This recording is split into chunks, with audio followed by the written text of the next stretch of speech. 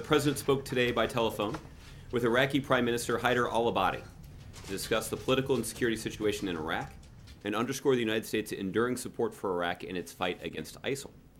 The President commended the recent progress that Iraqi forces have made against ISIL in Beiji and welcomed the ongoing campaign to isolate ISIL in Ramadi, noting that the United States, in partnership with the Iraqi government, will intensify support for Iraqi security forces in these efforts.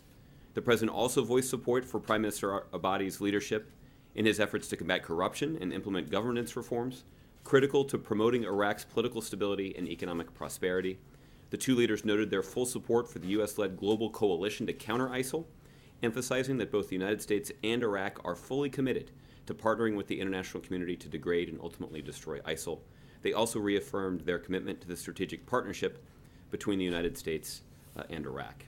This is part of the discussion that part of this discussion was some of the efforts that the United States will begin to undertake to intensify those elements of the U.S. strategy and our coalition strategy against ISIL. I certainly wouldn't underestimate the capability and capacity of our U.S. Special Operations Forces to be an important force multiplier anywhere around the world they're deployed. And the President does expect that they can have an impact in intensifying our strategy for building the capacity of local forces inside of Syria to taking the fight on the ground to ISIL in their own country.